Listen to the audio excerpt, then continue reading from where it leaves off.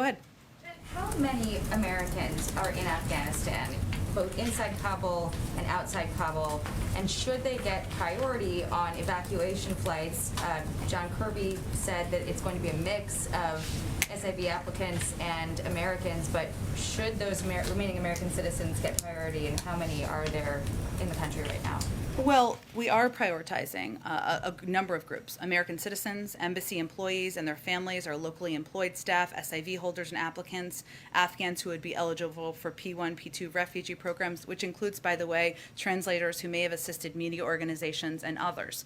There have been, how the process works, I should tell you, is that there are individuals who will self-identify as American citizens. That number is around 11,000.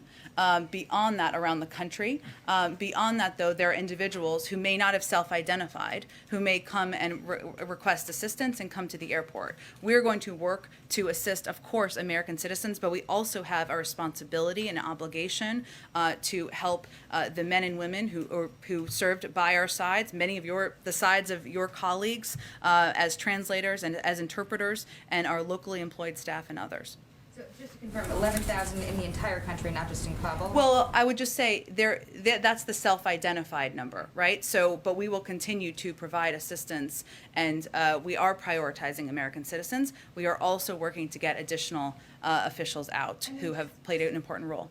Just to follow up on this, obviously getting them through and getting them to the airport is the challenge, as everyone else here has noted, but the administration's left to negotiate with the Taliban, including one of the commandos who was released from Guantanamo Bay as part of the Bo Bergdahl prisoner swap when President Biden was vice president. How does he feel about that? Does he have any regrets, and how's he digesting that? Well, first I would note that, one, I'd point you to the Department of the intelligence community to assess the identity of the individual. I know there's been reporting on it, but that's not my position to do from here. I would also note that in prior negotiations and commitments made during the Trump administration, there were thousands of individuals who were released. So our focus right now is on, again, not taking the Taliban's word for it. We are assessing, we are closely watching, and we are being very clear about the capacities and the capabilities we have at hand should they be needed. Of course, that's not our objective. And then the last question